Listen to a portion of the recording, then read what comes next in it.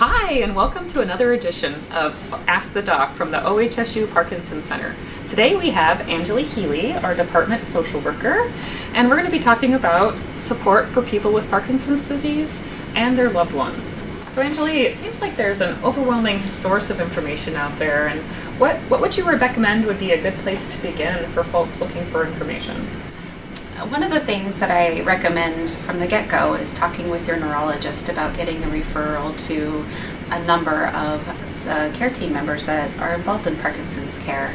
There's a lot of movement and non-movement symptoms involved with Parkinson's, and that's why we have a team of the nurse, the neurologist, the speech pathologist, occupational therapy, physical therapy, nutrition specialist, the psychologist, the social worker, and we can all connect you to the right treatment regimen, as well as resources that are online that we would say are reputable, as well as some websites.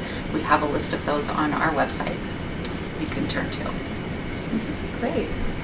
Well, what would you think about the caregiver, who oftentimes is a spouse or a family member or a friend? What do you think that can be done to improve the lines of communication, to help be more supportive for the person with Parkinson's disease? Well, you said one word that stands out, and that's communication. I think that that's one of the most important things that you can do is have ongoing open dialogue with each other about what your goals of care are, what your interests are. For example, if you are not really into physical activity, but you've been recommended to do a lot of physical therapy, how might you have an interest that incorporates that into your life? And so really listen to each other with empathy and compassion and understanding.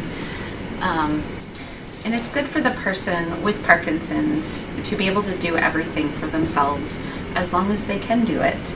It helps with feeling that you're still in charge of your life and that you are responsible for your health. That is one thing that does come up a lot with care partners or family members who might feel like they need to take over or be the person to encourage exercise or activities frequently. And that's why it's important to communicate, because one person's goal might not be the other person's goal. And knowing where you're at is really important. Those were some great tips. Well, around here, we know that Parkinson's disease ends up impacting the entire family. A lot of times as the disease progresses, I notice the caregiver's life often changes quite dramatically. Mm-hmm. Can you talk a little bit about that? Yeah, it's a really good point, and it comes up quite a bit. Caregivers' lives do change.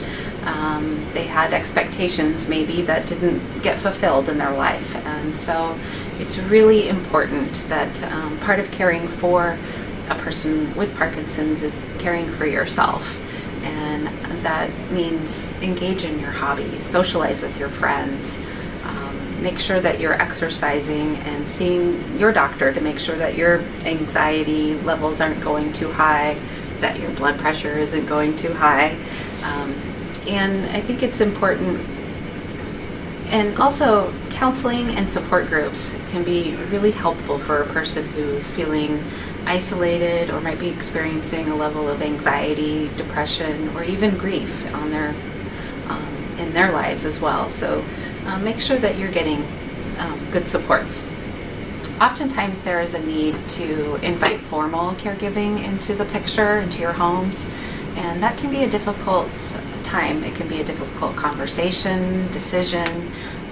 It can create financial strain on the family. So it's important to talk to your community of care team members to help you figure out what resources might be available to help make those next steps in your life, to when is it the right time, and help you navigate through those conversations. Thanks, Angelie. That's a lot of really good information for families, for those with Parkinson's and caregiver. And I want to reiterate that everyone's situation is so different. To make sure that you connect with your team, ask for the referrals to social work, to whatever services you might need. If you have specific questions, please talk to your provider and get the information that you need. Thank you again for joining us for Yeah. the Ask the Doc. Thank you. We hope that you've learned quite a bit of information. Please check out our other Ask the Doc videos. We have a lot of our educational programs all videotaped on our website. If you want to ask a question that we can answer in the future, you're welcome to jot it down either on YouTube or on our Facebook page. And we look forward to seeing you on the next edition. Thank you.